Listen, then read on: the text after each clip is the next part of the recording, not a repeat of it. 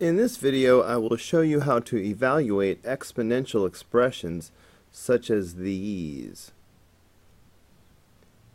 When you have a fractional exponent like this 2/3, what you're looking at is power over root.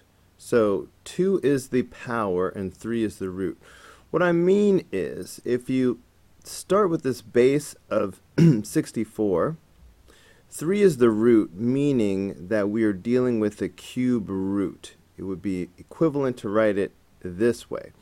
2 is the power, which we could put on the outside like this. So this expression is equivalent to the original expression. But in this form, it's going to be very easy to evaluate because the cube root of 64 we know is 4. Now, if that's not a fact that you have memorized, then you will need your exponent table. Cube root, you start in this column, the n to the third power column, you find your 64, and then you look to the left. So the cube root of 64 is 4.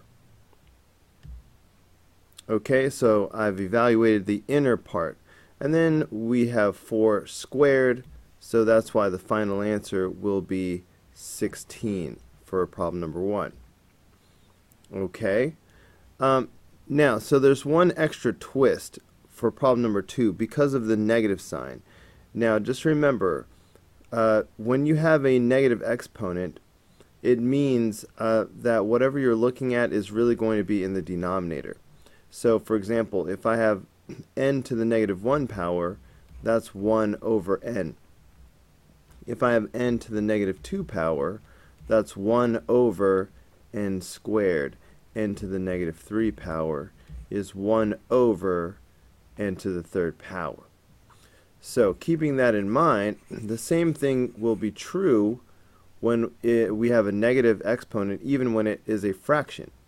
So this will be the same thing as having 1 over 36 to the 3 over 2 power. So basically I drop it down to the denominator, and now the exponent is positive. Now again, we're dealing with power over root. The 3 is the power, the 2 is the root. So throughout this process, I'm going to keep this 1 up here. But now I'm going to do my power over root. So looking at the base of 36, 2 is the root. Okay, now when it is the second root or square root, the 2 is understood, so I'm just going to erase that. But there's an invisible 2 there. Now 3 is the power, which I will put on the outside like this. Alright, now let's keep going and evaluate. So that 1 that we got right from the beginning because of the negative exponent, we dropped it down, we had the 1. That's just going to be there throughout the whole problem. So now here we have the second root or square root of 36. So that is 6. And then we still have that third power to deal with. So it's just a matter of what is 6 to the third power.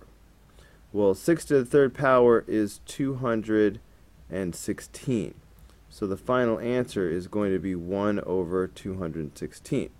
Now, if you have not memorized that 6 to the third power is 216, use your exponent table. 6 to the third power is 216. Alright, let's do one more. Okay, so again I see that we have this negative exponent. So again, that means I'm going to have 1 over the rest of it. So I'm going to have my negative 8 and my 2/3 power. But it will be positive 2/3 now because I've already dropped it down to the denominator.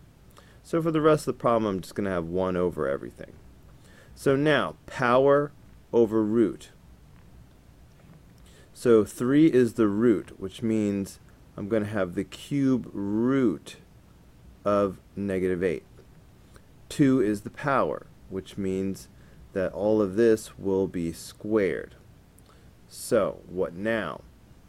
So I'm going to have 1 over So what is the cube root of negative 8?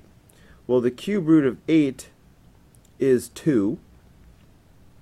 So the cube root of negative 8 will be negative 2. So I'm going to have this negative 2, and then it's still squared.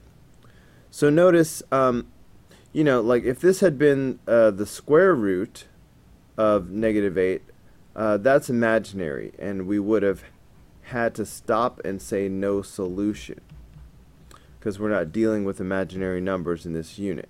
You can't take the square root of a negative number, or really any even root. If it had been like the 4th root or the 6th root, no solution. However, odd roots are fine. You can take the cube root of negative 8, it's simply negative 2. You could also easily do the 5th root of, say, negative 32. Well, that would also be negative 2, but you can take the odd root of a negative number. That's my point. Okay, so of course now I have this negative 2 squared. When you square a negative number, it becomes positive. So the final answer is going to be 1/4. Okay, so that's it. So that's a nice little review of simplifying and evaluating these types of exponential expressions. I hope this was helpful, and I will see you on the next video. And you can just see the kinds of interesting problems that are coming. So look for these videos.